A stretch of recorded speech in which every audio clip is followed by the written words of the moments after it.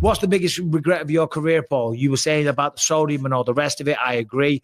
I love the elements. They're not sponsoring today's show. They do sponsor the podcast sometimes. I never leave home without a few elements in my little backpack, certainly when I'm commentating. Magnesium, sodium, all this other shit. But what's the biggest regret of your career? I mean, it's easy to say now that I've been retired for a while, but I think I wouldn't have waited so long to fight again after the Hooker fight. And I think I would have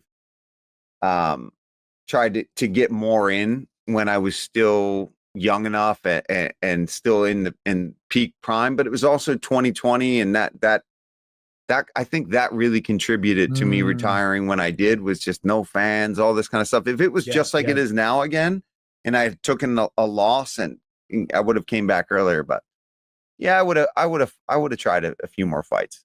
For me, I've said it many times. It's not being disciplined between training camps.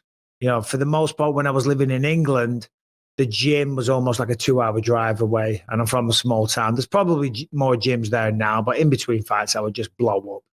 I would put weight on. I wouldn't train. I wouldn't go to the gym. And then I get a training camp, and then all of a sudden, boom, here we go, balls to the wall again, overtrain like an absolute goddamn maniac, diet like a maniac, have no carbohydrates, have zero recovery protocol. Now it's all you hear people talk about, you know, ice bath, my recovery, sauna, red lights, this, that, bloody massages galore. Sounds lovely. That's what I like to do in my spare time. Do you know what I mean? Yeah. This recovery protocol bullshit, that's all very good. It is good. It is true.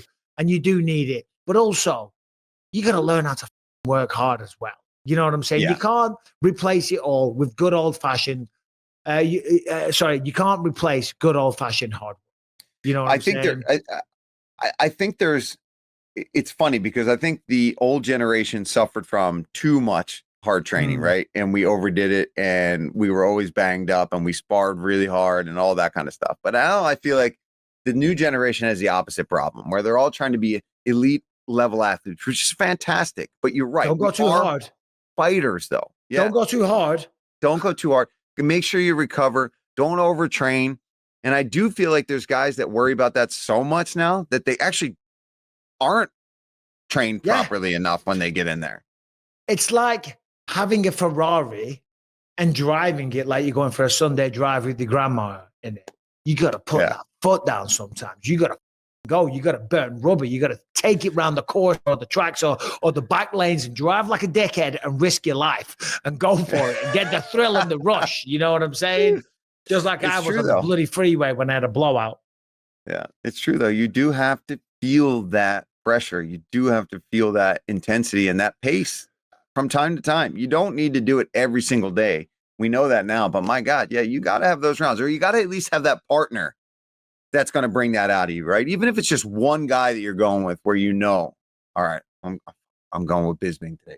All right, it's going to be, he's going to give it to me. He's going to try to beat me up a little bit, and it's going to be hard. And then maybe you have other rounds where it's like, okay, I'm going to be able to control this. I'm going to be able to game plan and stuff like that. But the old school guys did too much of the new school kids are doing a little too much of being safe.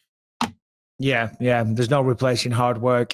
All right, today's episode is sponsored by Ghost Bed, that are here to help you, to save you, to make sure that you get a good night's sleep. Is built from top to bottom with cooling materials and patented technology that actually pulls heat away while you sleep. And like every mattress in Ghost Bed's new collection, it features their Pro Core layer designed to give you extra support through your hips and your back to keep you pain-free. And if the looks isn't your style, no worry. Ghost Bed has options. Go to ghostbed.com/believe, or just hit the link in the description down below and take their mattress quiz. After a few quick questions about how you sleep, they will set you up with your best match from their all-new collection. They have over 20 years of experience. They've got over 60,000 five-star reviews. Ghostbed is a family-owned company that knows how to build top-quality mattresses that actually last.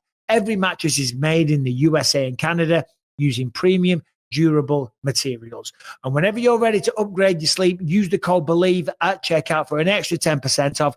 Yes, that's even on top of their fantastic deals. That is ghostbed.com/believe.